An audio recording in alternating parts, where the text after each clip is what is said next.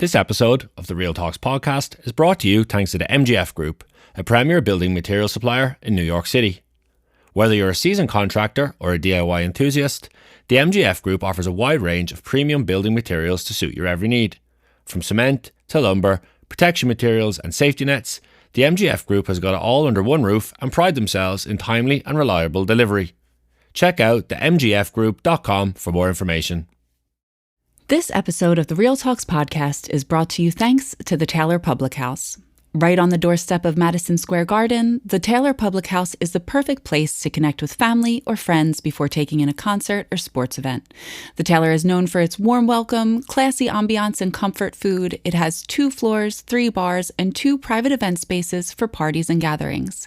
Be sure to stop by and experience the Taylor Public House for yourself, located in the heart of Midtown Manhattan on the corner of 35th Street and 8th Avenue. Check out thetaylornyc.com for more information.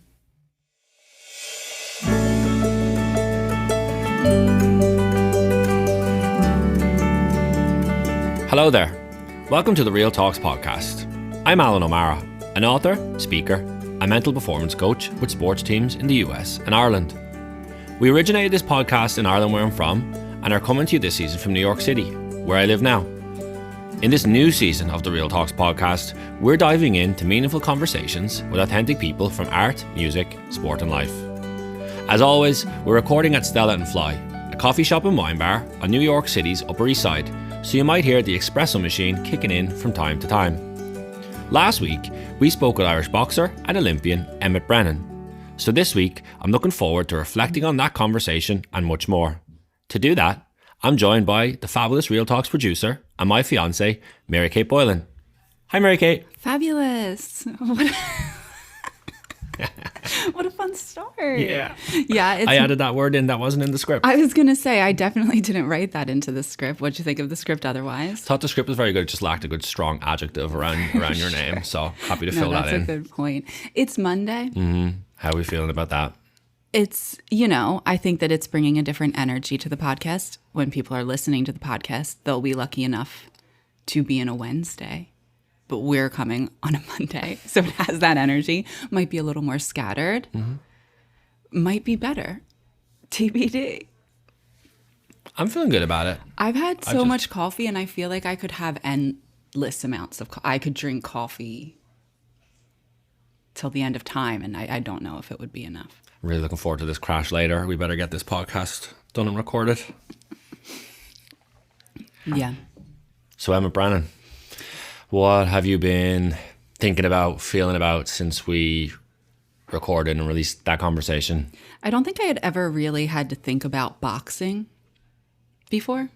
Like just as a overarching concept? And I just keep thinking like that is so wild. Like that's just another level of like commitment to something when your thing, like you're going to get hit. You're going to be in pain. Like when he came here, he had a black eye. Just, that was appalling to me. The amount of pain I'm willing to be in is none. No, but it is cool thinking about that, thinking about like, I think that he's had really heightened experiences because of the Olympics is kind of like the most high performing thing that we like kind of have as a society, but so much of it, it's things that we can kind of distill down and we all experience on like different levels. And yeah, he also said casually my new favorite phrase that I keep trying to use in day-to-day life, even though it's like less applicable for me, which was he was talking about getting a black eye in his fight, even though he had won. And he was like, you go swim and you're going to get wet. And I was like, that is amazing. I love it so much. I don't think I've used it correctly yet, but I'm using it. Yeah, it was a very good way of describing it. And I think like you bringing those two things together, like just going back to like boxing at a top level, like, over the years I've been around a few different boxers and like I've got to chat to a few different ones, but I think it was my first time really like interviewing a boxer and really getting, I suppose, to that like second, honestly with Emmet, even third level of like his mindset and his thinking and like like as a sport, like it's honestly just it's a crazy sport. Like I think like obviously growing up, like we both play different sports, like different people in our families play different sports, and like I would, get like football for me. I was like, this is a tough game, like And we did play sports to the same level, so thank you for looping me into this because I, a Northeast Peanut League basketball all-star, you, something very similar, I think. Okay, that hurt. No. But no, I think like for me, like, like yes, I've like played sport to a very high level and been around lots of other sports, but there's just something different about boxing. Like it just hits different. Yeah. Like, sorry, no pun intended, but like as you said, like Emmett's here with a black eye, or you talk to a guy, like after being in a fight, like they're just, I suppose, when we talk about like preparing to perform and then like just post an event, like just the repercussions of it are just so significant and different. And like even over the years, I remember like growing up when we would be like in preseason or winter training, sometimes we would do like boxing training as like kind of the start to get us back in. So like, yeah, you'd be like on bags or whatever and like doing like speed work, and it was like, it's a really good workout for anyone that's ever doing like those kind of fitness classes and stuff. Like it's a very, very good workout. Like it's like a full on sweat. But then sometimes they'd be like, yeah, now we're going to do like a little bit like, like it was body punching. And I just be like, excuse me, like no, like absolutely not. And then you get some lads like, don't be so soft. I'm like, I'm a football player. I don't want people punching me. Yeah. But then like even at times they do like, it's like, we're doing these fundraisers, so like we're going to do like these boxing competitions where like people who like, we do like 6 weeks of training. I never did it. As like 2 or 3 teams that was around would like actually get in a ring and like punch each other in the face, and I'm like, no, sorry. I don't know. I don't think I can get behind that fundraiser idea. But I think wouldn't be for me. But like I think honestly, like I just came away from the conversation with Emmet, it's like I genuinely like blown away by his like commitment, his focus, his resilience, his toughness. And I think it was really also really cool that we got to talk to him it was like just a couple of days after he had fought. So I think he fought on a Thursday and we spoke to him like early the following week. So like, yeah, it was like the black and blue bruises were still there. And also he was still in, and I thought it was nice, was he was still in the process himself of putting the pieces of the puzzle together, reflecting on what had happened. And even though he'd won, he was really kind of looking at himself in the mirror and searching for answers. And go back, like you said, like, you go swimming, you're going to get wet, and it is kind of part of, like the roll of the dice. But I think for days afterwards, every time he looks in the mirror, he sees the repercussion of maybe some of his preparation wasn't up to standards. And he was definitely feeling swirls of that, which I respected, because I think as an athlete, or as with people in high performance in different walks of life, it'd be very easy to come in here and say, well, I won my fight, all's good, move on to the next one, because we wouldn't have questioned that really, because we just checked online or seen different reports like he won. It's like great. And like I had texted him like, congratulations on the win, and he was like, no, like I'll talk to him more like later. It's a double-edged sword though, because I think when you're doing something that intense, and maybe like a mistake is literally like visible on your face. He touched on it too, like he's his own toughest critic, which is probably a blessing and a curse, right? Because like you talk about self-compassion all the time. We love self-compassion. And kind of that's a balance that striking might be like a little hard. Yeah, that's something that, I think as people in general, so like away from sport, we all struggle with, self-compassion, or we're going through adversity or struggle or, self-doubt. It's very easy, and society tells us like to be more resilient, like basically just like keep going, persevere, and kind of get on with it, carry it, like just keep showing up. But like, yeah, the self-compassion part of it is something that's often lacking. And then like that's even magnified more or multiplied more in like an elite sport perspective of actually giving yourself some space. Like, okay, well, I messed that up, but what was the reason for that? Okay, actually, like, say for Emma, for example, like, so you'd moved to New York, didn't necessarily have the right structure in terms of coaches, in terms of preparation, facilities, but they're all like huge learns, because like for him, like the courage was getting here and trying to make it work, and now when he comes back, he'll know all these lessons for like the next time. So I think, yeah, like definitely he'll be beating himself up a little bit and like try, like almost like annoyed at himself, but also like from the self-compassion side, like just huge learnings there for him that I think he's going to take out of it. And I think like at that point of like I think accountability is a word that really coming away from that conversation, like all over the years I've met many different people, like he was very like accountable to himself. Like it was very impressive in terms of that. like the self-awareness piece, like, okay, actually like genuinely looking in the mirror being like, no, I barely scraped through because A, B, C, D, E. And again, he won. So it was so easy to like let the victory cover the cracks. It's like that self-awareness of that to, I think, the accountability of actually acknowledging and sharing it with us, then it's like just tied in with the honesty of his reflection and just really sharing. I thought it was very inspiring, honestly. I think too, the accountability piece was something that I took away from the conversation so much, but it goes so much beyond the sport. Like the thing that it stood out to me was how he talked about accountability in his personal life. And I'm sure that informs his performance as an athlete as well. Accountability is so huge. It's something I feel like I think about a lot as I get older, because it does take a lot of self-awareness and self-compassion to be accountable. We can all, as people, truly justify anything to ourselves. Like I think about, like, say in the past when I just think that you can think of the reason why you were right, why your actions were justified, why someone else was wrong, why you're the good person, why you were the best, and why everyone else was wrong about you. It's just such an important learning, and I loved hearing him talk about it, especially in terms of his journey and how much he's kind of made a real choice every day to like turn his life in a different direction. How much his life has changed in 2 years. So much can change in 2 years. I walked away from that like thinking that part was inspiring to me, because I think we forget, we get so lost in like this season we're in, but everything is so cyclical. Things can really change if we choose to. And I think that's the whole reason he's been able to make those changes, as he talked about with his drinking, with his lifestyle, with his mindset. And he's had to make those choices multiple times in his life. And that's another thing we all do. Like our paths are not linear, like if you're on a healing journey, you're going to keep working at it and it's going. messy. Yeah, exactly. But I really, really, really loved the accountability piece. I think that accountability is so important as we get older. And it's probably like one of my not pet peeves, but like when I hear someone not being accountable, it's kind of like, okay, well then I can't even have a conversation with you because you're not in a space to take in any of this. You're choosing not to have the self-awareness to get anywhere in a conversation. And so what he said about that, what he said about changing your life, he was like, if my story says anything, it's that like, you can always change. You can always have a second chance. And I loved that because it really does. Like, yeah, there are circumstances that really can lead us down a bad path, but then it is also possible to switch it.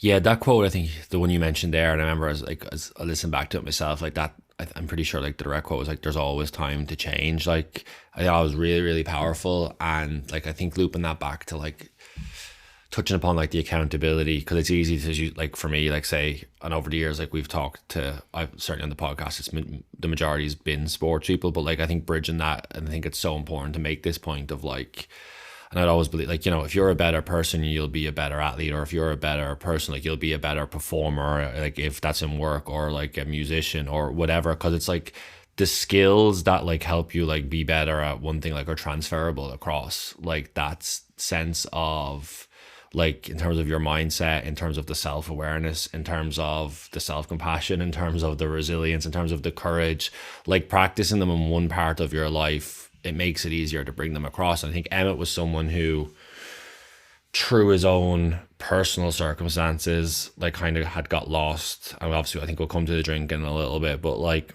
those lessons of that, I think it's like the rising tide lifts all boats, like the accountability he had to get for himself as a person has probably helped make him a better athlete. But then using that to be a better athlete then also helps you be a better person, if you know what I mean. It's not like, sometimes we like to like label things in boxes and push them all around us, but like it's someone like Emmet, yes, we know him as a boxer, but like he's a person and a son or a brother or a partner, and like all those, like whatever those different parts of a person's life is, like the skills are transferable and can be used across the board. And I think it's because when you're making that choice to live your life a certain way or to be accountable, and to shift your mindset, it affects every single day. It affects every part of your journey. It affects, my relationship with you, my relationship with my family, my relationship with my friends.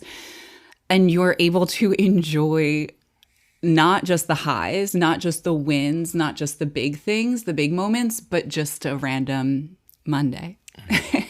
Like we're doing right now. Yeah, as I said, like just over like the whole conversation, I listened back to like I know I said accountability earlier, but also like the honesty was like, that's someone I felt like was very comfortable in terms of taking off the mask and just really sharing what they're thinking, what they're feeling.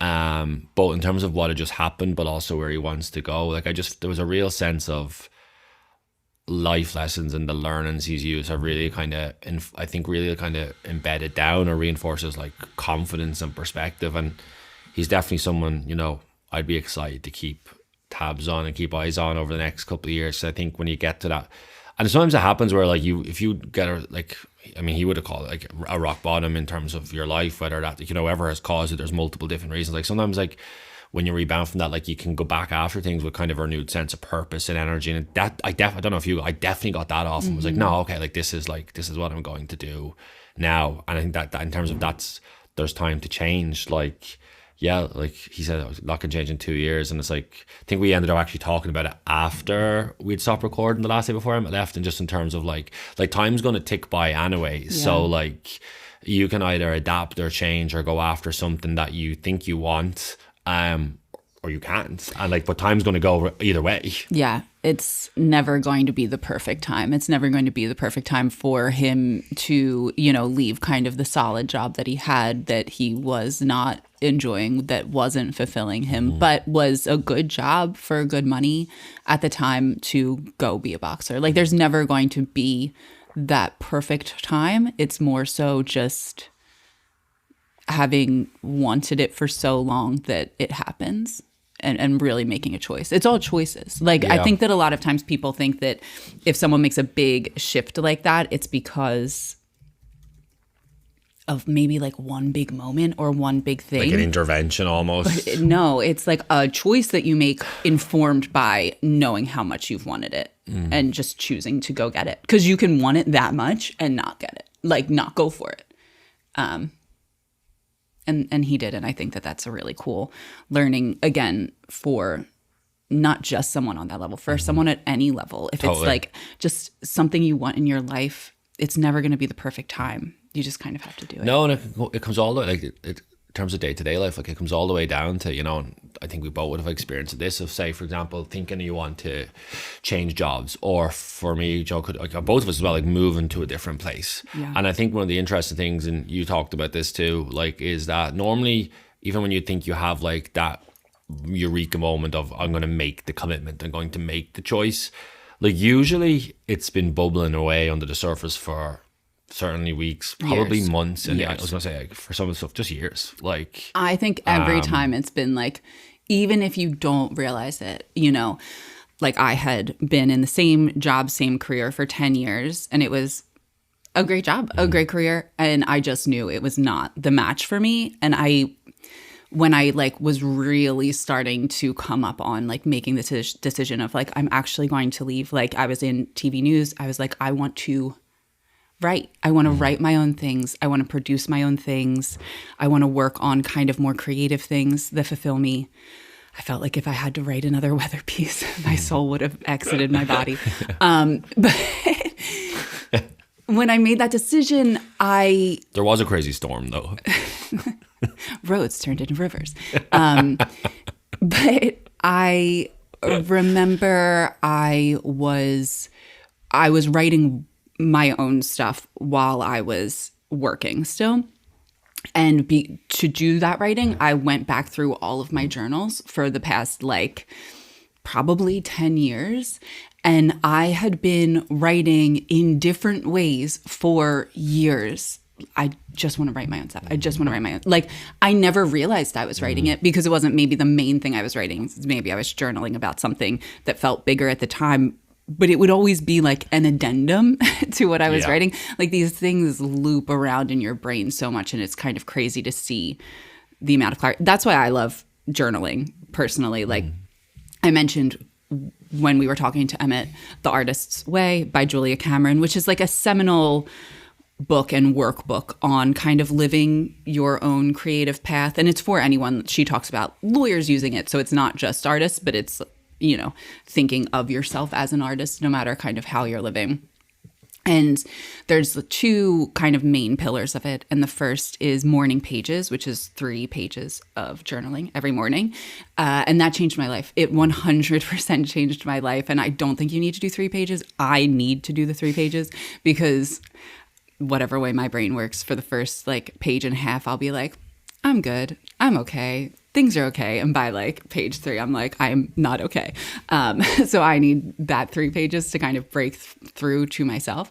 But when you are journaling every day, you kind of can't hide from yourself. You can't hide from how you're feeling. You can't hide from what you want. And I think that journaling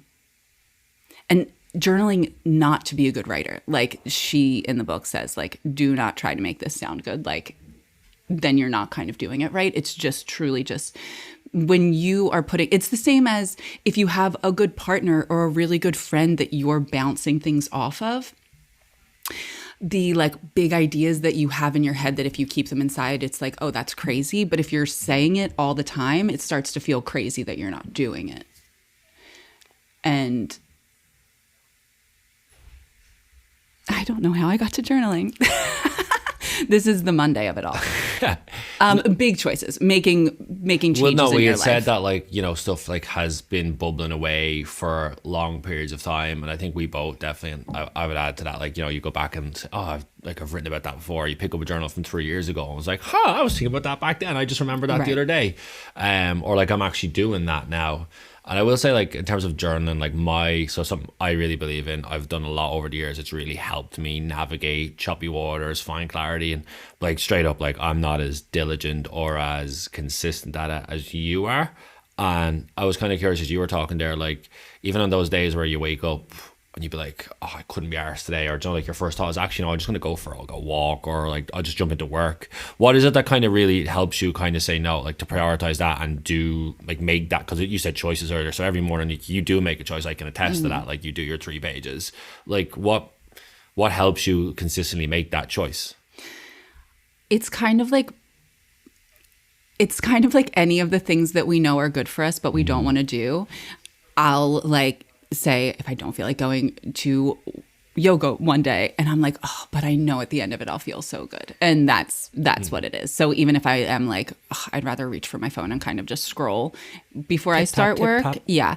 I kind of just picture how it'll feel to have done it. And I know that then it's worth it. And then I just do it. Yeah. It's kind of like any of those, you know, I'd rather have a burger, but, but this grilled chicken is going to make me feel better. Kind of that kind of vibe.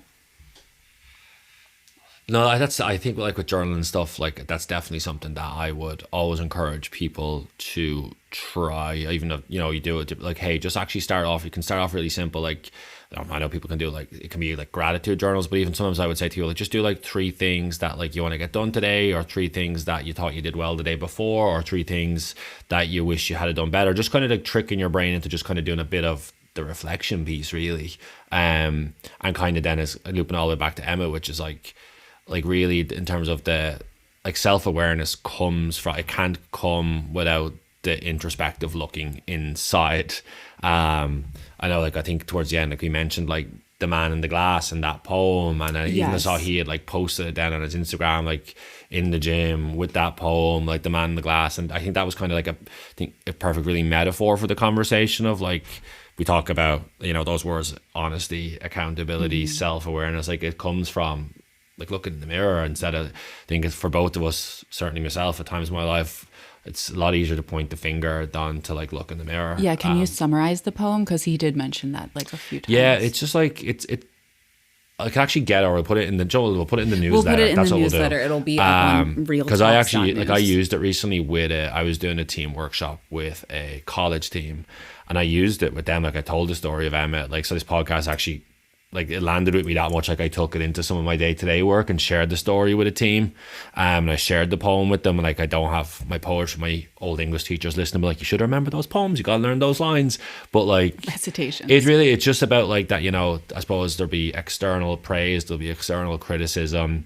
There'll be lots of things that go on, but ultimately underneath it all, at the end of the day, it's about you being able to look in the mirror and say, like, I gave it my all. I tried my best. Like I went for it. Like I took a big swing. We'll definitely put in the newsletter for anyone. And even like genuinely, because like I know like I'm not a big poetry guy. Like I know like you would love poetry, but it's just like sometimes you just need to like, getting that message in a different format in a way like it kind of hits harder, like it did for me. Yeah. Like there's sometimes, you know, like you just see it, just the message just comes at you in a slightly different way. It's kind of the same message, but it just, I didn't, for whatever reason, between Emmet had brought that up, we had talked about it in a workshop with a team, me and Emmet had done together, and then I'd done it. Just kind of, that phrase just lands, like it just is, and because it just kind of brings all this stuff very, it's like simple, like that's the beauty of it, I think. And yeah, I think like in terms of like all that side of it, I suppose like I think it will kind of loop me towards and kind of talking a little bit about, because it was one of the other big strands of the conversation that certainly I reflected on. It sat with me, was just around like the drinking part of it, the problem drinking part of it. And I don't think we did the deepest dive on it, but like it also didn't need to, because like I just kind of knew like it was part of his story. He was open and honest about it. So like I know sometimes with like media it can be like, you know, oh, like how much are you drinking, how often are you drinking, and kind of want to like exaggerate all that. But like it just, we've all like, certainly I've been there, like I've been a problem drinker in my past, and I think sometimes that was just, I think the easiest way I'd feel describing it was just that like, especially as a younger man, as a younger male, like I didn't have the emotional intelligence, the self-awareness to deal with my thoughts and feelings. And so like going drinking was an easy way to kind of numb those feelings at times, but also sometimes it was a way of just like flicking the switch to distraction. So you're out with friends, you're kind of in different environments. And Emmett's story kind of brought some of that part of my life back too, in terms of really like, part of me was like, oh God, like I don't, like those were grim days. Yeah. Like I know like there obviously it's multiple strands or parts of when I like, in terms of my book and like my journey, like it was like my self-awareness, understanding my relationship with alcohol and the impact it had on both my body but especially my mind was like a big part of my development as a younger person. I think like genuinely, I think for a lot of us it happens kind of, you go from early 20s to like mid to late 20s. Yes. But I suppose when the alcohol side of it's mixed with like mental health issues, depression, anxiety, like it's I pretty sure we did, like me and Emmet mentioned, it was like throwing petrol on the fire, like and yeah, it kind of had that first full swirl of it's like the scaries, but also like it's kind of, we're like, I'm very happy to be out the other side of that. I think part of it too that I can relate to, and I think listening to you there, is like if you're going through something, especially if it's something with your mental health, and so you can't physically see it, and like say you're in your 20s and the norm is drinking, it's almost like you almost keep doing it because it's what everybody else is doing. Why should I? So, you know what I mean? And then it kind of, it's making your life worse, but it's almost just can seem normal. Yeah, I think even as you say that, Mary Kate, like I think like it makes me think of, and I remember I'm trying to think who I had this conversation with, but it's like particularly like Irish culture. Now don't be going stereotyping, don't be like, yeah, well of course you're drinking, but like all joking aside, like wedding, go to the pub afterwards. Funeral, we go to the pub afterwards. Win a match, go to the pub afterwards. Lose a match, go to the pub afterwards.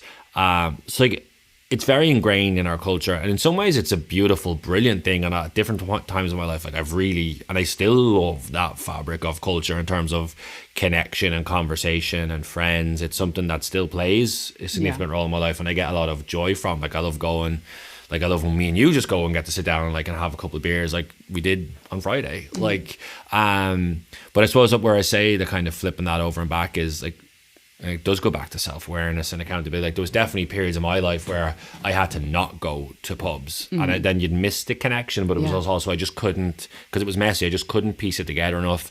I would try, but I could just go and not drink. But then like even just at a practical level, again, I caveat it with like young people, like, you know, like, why aren't you drinking? Like, here, have a drink. It's like, no, I'm good. But like, and if someone come and like just give you a drink, and it's like, and I used to use, like, because I was like, when I was playing football, I would use that as kind of like the excuse a lot, like, oh, well, I have a game on Sunday, or I'm not drinking because of a thing.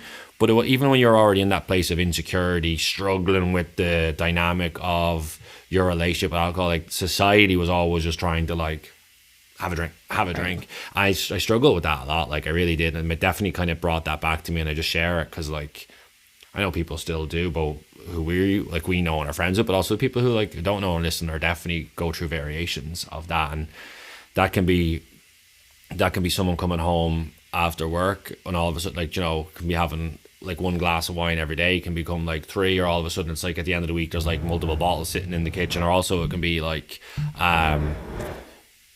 fella sitting in a car or in his apartment watching a match, and Joe starts off having, I'll have one or two beers by myself, and then it's all of a sudden at 6 or 7. Usually, like, just I say that from the perspective of like, that's just usually kind of like, I'd call it an orange flag of around like kind of something that's like on your mind, and that can be like a loneliness, a connection thing, but also it can be like just I suppose just some sort of a struggle, and without realize that becomes like the crutch or coping mechanism rather than just some of the more proactive ones that can be. I know we don't want to jump straight back like therapy because we've done that multiple times, but also just like going for a walk, meeting a friend, going to the movies, all those other smaller little things. And I think just, I know from my life with friends and like from different walks, that's sometimes like the consistent drinking is usually been the opportunity to say to someone, just want to check in, is everything, like, how are you doing? Like, what's going on in your end? It's like the smoke around the fire. Yeah, I think so. That's a nice way of putting it. Oh, thank you so much. Wow. I think that so much of it is having the self-awareness that you get when you choose to kind of take the things that have happened or that you've experienced and stop, reflect, and make some changes, you know? Like, I feel like now that, say, I'm at this age, if I'm feeling anxious, just generally, I'm like, okay, I'm not going to drink that day. Even if it's a situation where there's drink, because that I just know that that's not going to make me feel good. Yeah. Whereas I think, I'm just thinking back to my 20s. There was such a hard time when, like, I've talked about before, but like my brother died, and then I came back to a world that was, everything was the same. Like, I was in my mid-20s, my friends were still in their mid-20s. I was a completely different person. Like, I had no idea who I was. My identity was gone.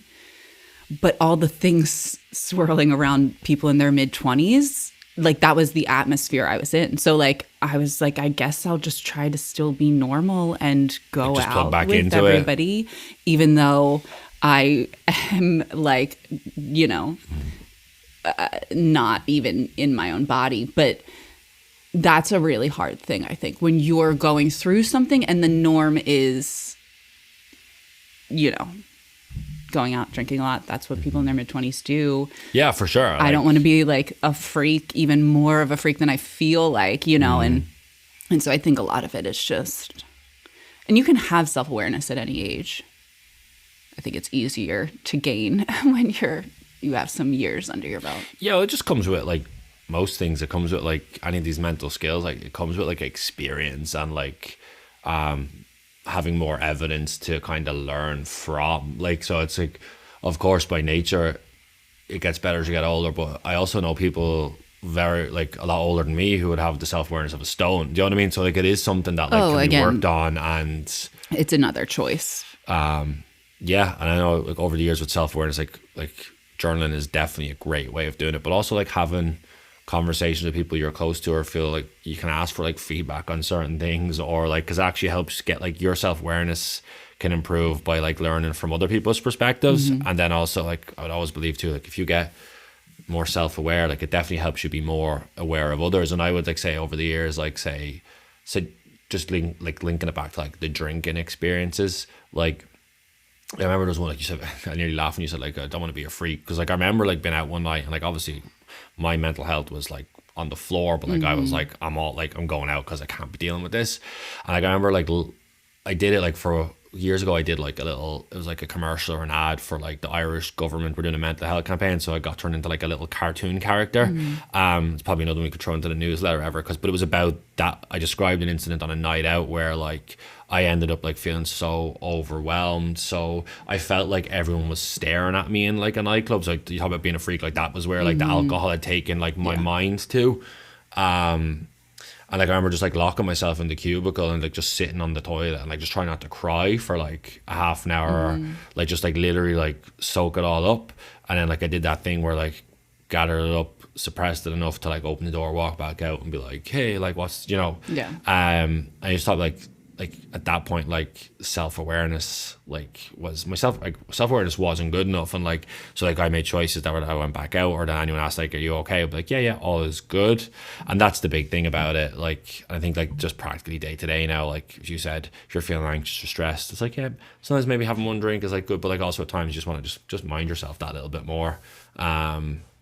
I just think it's something as a society that it's just a little thing just to watch out for. Like we're none of us are, even Emmet when he's here, he wasn't like, no one ever drink ever again. But it's just like as we're older and like you know, like a little wiser, like it's just a little thing just to keep an eye on. Just like those little orange flags can just bring up that you can either help yourself and I think that's where I was going to go with it. Like over the years, like it's definitely that self-awareness of my experiences 100% helped me have better conversations with people I'm close to about, hey, what's going on. And actually often they were quite glad that that was the gateway into the conversation, you know. And it's straight up like that can be someone, you know, you go through a breakup and all of a sudden instead of having your 2 or 3 nights where you're together with someone else, you're kind of sitting there on your own watching Netflix or whatever. Yeah, just definitely something I would, as we talk about like that self-awareness piece, it's just something we just throw in there. Yeah. And in terms of, when you're honest with yourself and self-aware, I do think it helps when you want to talk to a friend about something or like a loved one about something, because you kind of feel more free to just ask the question because there's no ulterior motives. There's no, do you know what I mean? Accusations. It's more, and a lot of times it's like, we've been there. So it's not, you know, it's kind of a soft landing if someone wants to open up about something they're going through. Yeah, I think we would both sometimes play that role in our groups of friends or family in terms of, because we've like talked openly about different things we've experienced, that people, when you do ask the question, sometimes people do feel that a little bit more comfortable to come back. I suppose the other thing I would say too is like, very often the first time you ask the question, people shut it down and say no. But usually then like if you follow up in a week or two, it's kind of like you've just done the soft marking it on their radar, and then like they can come back to it later down the line. So that's something I would always just say to people in terms of like, if you're just, you know, as like we all are often trying to be a good friend or trying to be a better person for yourself, for other people, like just that's just the way, asking the question, always having the courage and not being afraid to, but don't be surprised to get shut down and told to like fuck off like the first time. And that's like, part of it, because you're not like, we're all always going through things. It's not like you and I know all the answers or are never the ones who need the help. Like God, that's far from the case. But it's just kind of being authentic to yourself instead of just being like, yeah, I think there's something going on with her. Just actually asking is the most authentic thing to do. And it's not to save anyone. None of us can do that. It's just kind of just knowing that that's how you want to approach something. Yeah, it makes me think, like one time it was a couple of years ago, but I did like a workshop in like a big company in Ireland, and we were doing like around that kind of thing about having the courage to like ask a question. And when I asked like the group like what would be the biggest reason, the biggest barrier to them not asking someone like that question of like, you know, like how are you, or something, okay, it was the fear of the answer. Like that was actually the barrier. Oh wow. Like, and then they felt like the fear of an honest answer, and then not knowing what to say. It actually led to the burden of not knowing the solution or I was like, it was always stuck with me. It was really interesting because, and we're going to say that now because it's like, whenever you ask the question and if a person decides to share, like it's not your job to have like post-its ready with the 5 solutions on it. Like it's just to listen. Like, and that was kind of what I wanted to kind of wrap that part of it up with. It was like listening is one of the most powerful things you can do as like a human, as a friend. Like if you're listening now, thanks so much. But but it is like, it's so you just, okay, like, thanks for sharing that with me and let me have a think about it. Like, I just kind of wanted to, like, kind of sometimes even remind myself of that, because sometimes I can get into, oh yeah, I gotta try figure this out, or you know, you gotta, and it's like, okay, no, I just need to, like, no, I think that, yeah, if that's what people are afraid of, take that burden off yourself, because that's not your job, is to come up with a solution. Like, your job is just to be there. That's all anybody ever really wants, is just for someone to kind of validate what they're going through, to reflect back what they're hearing, and just to be like, yeah, I hear that this is what you're in, and I am still here for you, and I will be here for you in the next step, and the next step, and the next step. But yeah, it's none of our jobs to solve things. Definitely not. I think that comes to mind there is just the idea of, like, ask the question, like, show them you care, and then, like, just to kind of help the wiggle room of self-compassion, compassion, resilience, then you're into that little end of the spectrum as well. And, like, with all that too, I think, like, one of the other things that I wanted to touch upon before we kind of wrap up this episode and this kind of recap is, I think pillars is something that was probably the other thing we talked about, and that came from Emmet's conversation, in terms of, like, at times in life we do make choices and you want to go all in on something, but often you need balance and you need things that help you carry the can, that when there's a setback, when there's a shortcoming, that you're not entirely dependent on one thing. And, like, that will happen with people. That can be, like, their career, they're in a job that's all consuming. That can be, okay, I'm in sport and that comes first and everything else falls to the wayside. And at times you do have to prioritize those things to be successful. You do have to, like, push it more, but you also need those pillars to kind of pad yourself out, pad your life out, that on a day where, you know, one thing is falling apart, to feel know that the other pillars can take some of the weight to kind of help you, I would call it, be like a sustainable performer and be able to keep going rather than just kind of crashing and burning. And that's, again, say that from experience. Yeah. Well, nothing can be everything, you know, like, not any time. And I think that we probably have all in our lives done it, when you're just going for one thing and your happiness, you're perceiving your happiness to be based on this one thing, and then you don't get it, then the impact is going to be so much worse. Whereas when you kind of spread yourself across when you were the first person I had ever heard talk about pillars, and I do like that kind of visual or way of thinking about it. Like, what are the things that are most important to you? Making sure that and it's never going to be like 25%, 25%, 25%, 25%. And it's constantly changing as well. Like, it's fluid. Just making sure that you're still nurturing all of those things, so that when one thing, you know, falls, the other things are still there to kind of keep you up when you neglect those other ones. I'm trying to think, you know, his example is so big, right? Because the Olympics, it's just a monumental thing, like, the in society. The Olympics are wild. Like, we all know the Olympics. That is like the number one thing you can do. And so I can see how, yeah, like, you really have to treat that as like all consuming. But of course then, and I've heard other Olympians, and you had said too, like, talk about coming out of that.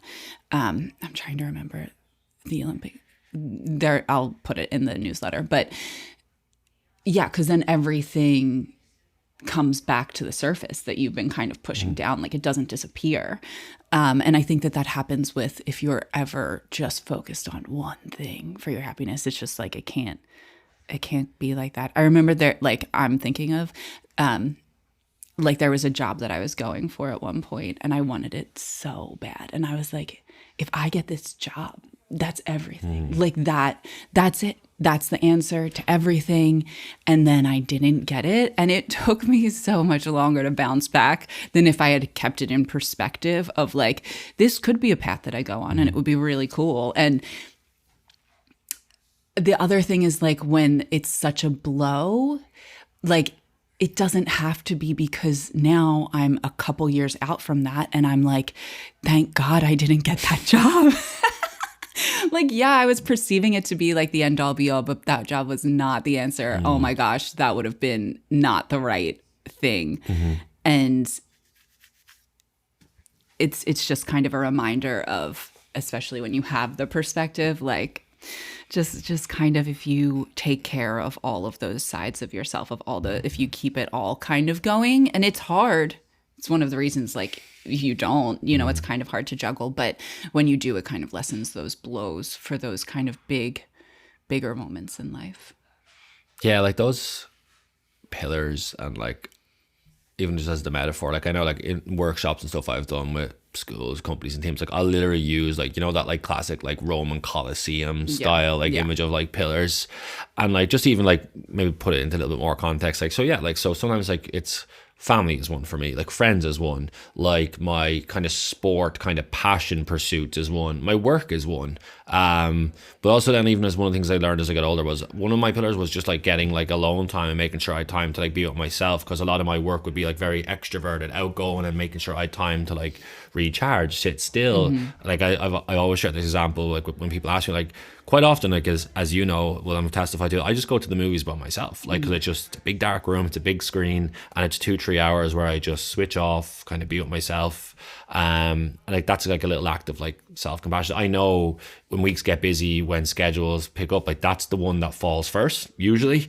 and then all of a sudden it's like, well, I feel like a little tired, or I'm starting to feel a little bit burned out, I've got migraines, and that's just one that I've like, and again, I'm always still working on it, learning on it, but like that image is like helps me with it, and that's why I share it. And the other thing that came back to me was, it's a couple of years ago now, but one of the episodes of this, the earlier iteration of this podcast with Philly McMahon, and actually like I was in the analytics the other day and I saw like, people were like listening to that, even though it's from I think maybe 20 awesome.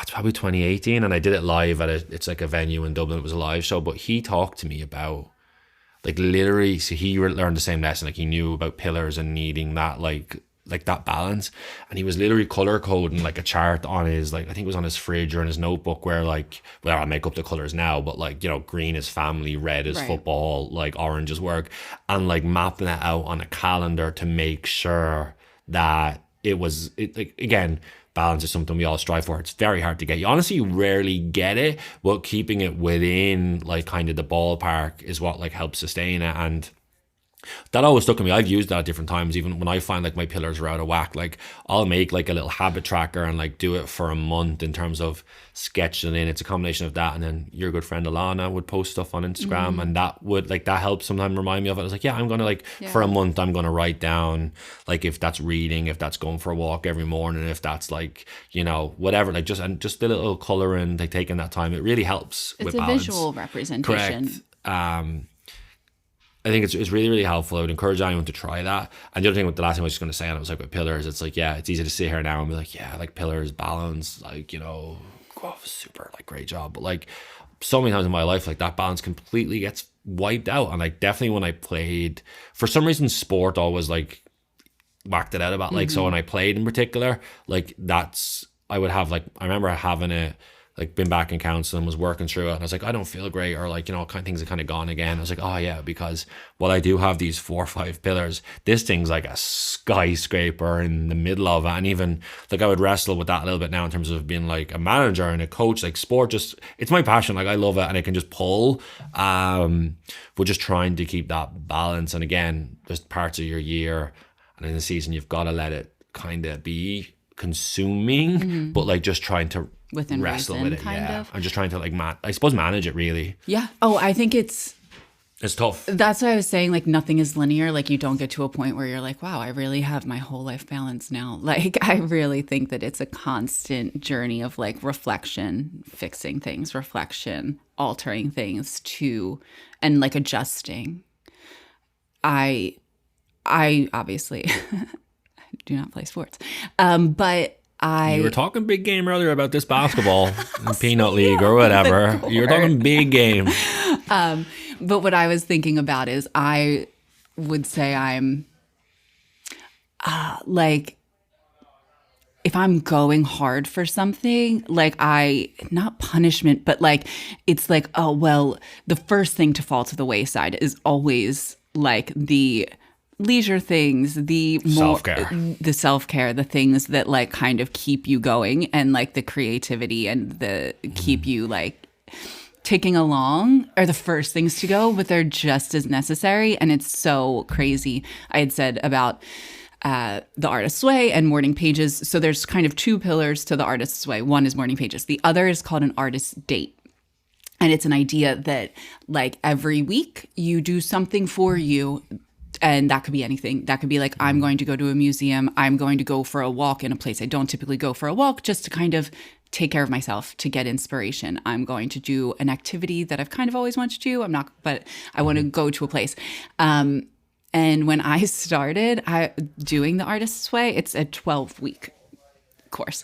And I was like, that's going to be so easy. Like, oh, just like a fun little thing Skip for out myself. somewhere? Okay, like, here we go. Yeah, I can do that.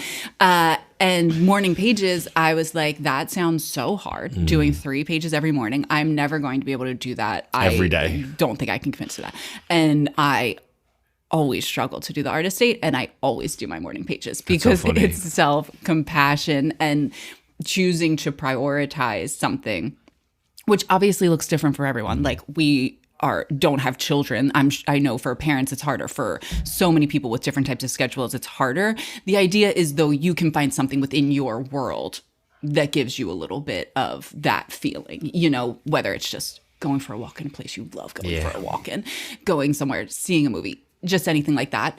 And it just does come back to self-compassion and kind of choosing to prioritize is the word, yeah. those things and identifying what they are for you. For you, it's the movies. Like Dune 2, go see it. So good. I haven't been to the movies in years. If years Mary, and years. If Mary Kay hears me talking about Dune 2 one more time, her eyes are going to hit the back of her head. It just looks so dusty. But yeah, I think that it's identifying kind of what that thing is for you and making a choice. That would make a great review online of Dune 2. So dusty. I feel like everything you watch, Dirty and everyone just looks dusty. dirty in it. But I'll come back to that. But no, I think like just okay, go ahead. no, go. I was like saying what you just saying artist date, like if that's something that people do take out of this episode, like it can be a big thing, but it can be a little thing. Like for me, it can be going to the movies. But for like, hey, you can if you want to go for a walk and listen to this podcast, great artist date. And I think like prioritization or like prioritizing is the word that I would use. And like I came home the other day from like I was at a work thing with like a head coach, and he was basically saying the same thing of like need to find time to work out. Sometimes it's hard, and you know has children, but it's like basically like in a nutshell, he was like, yeah, but like if you have a doctor's appointment, you make an hour for it. So like make this like it's just a priority. You got to pencil in and say, that's my hour. So go for a walk, go for a drive, do whatever it is. Literally last week I was talking to my therapist about this and I was like, yeah, I just don't have the space to write. And she was like, well, you do. She was like, just the way you go to yoga, the same classes every single week. You don't miss a class. You're choosing to prioritize that. You can choose to do. You're right. It's choices. It's hard. Like it's choices, but like also it's hard. Like there's so many distractions. There's so many things going on in the world. There's so many stressors to like take you away for it. But I think like always, probably the last thing I would finish this conversation up on is that like this is just like we're all humans. Sometimes we think like we're unique, but it's also like there's a lot of us like when times are tough, times are hard, most often one of the first things most of us nip is the self-compassion, the self-care. Oh yeah, because you're like, it's hard, I'll work even harder. Yeah. And then it makes everything so much harder. That is I am in a perpetual cycle of trying to break that cycle. No, it's like, and again, like if you figure out the answer or like let us know, like it's something we all have to work on. I think that's anyone listening today, I hope that we get that from this conversation. It's like, you know, if I'm working with, say it's with athletes in particular, I'll kind of use the iPhone metaphor for them, for like, you know, every day you can wake up and your phone, it can either be fully charged, but it rarely is. So usually, I got it back up to 80 or 90, but then over the course of the day, like it's dropping down all the time, interactions, work, tasks.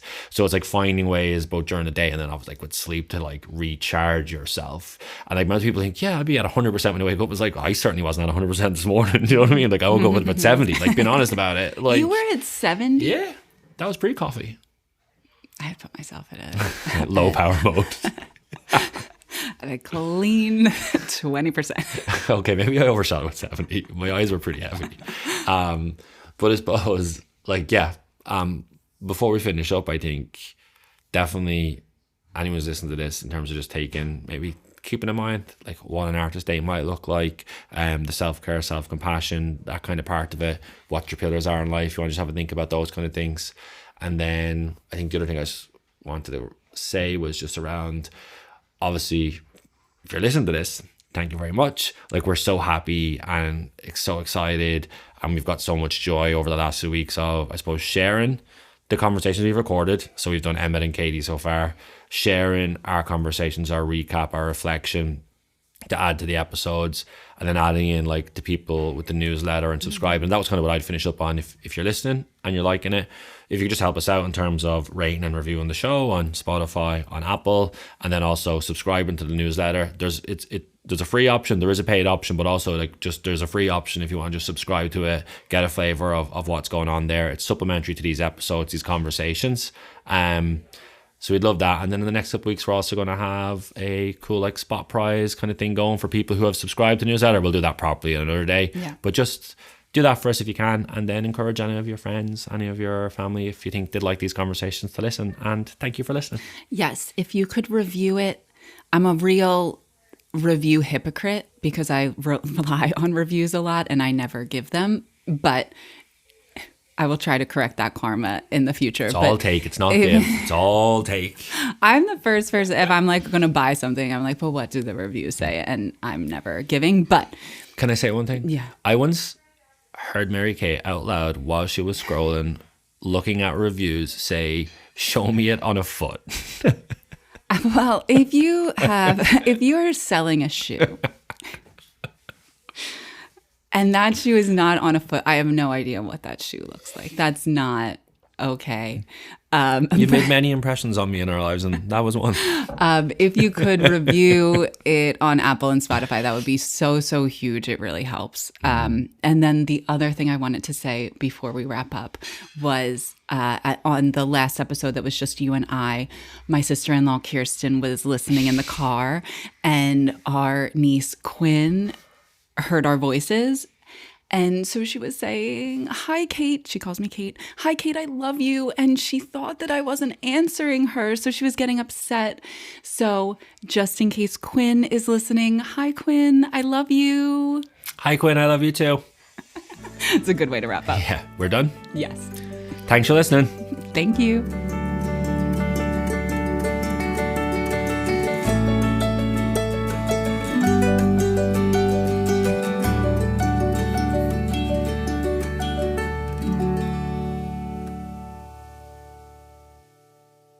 This episode of the Real Talks podcast is brought to you thanks to the MGF Group, a premier building material supplier in New York City.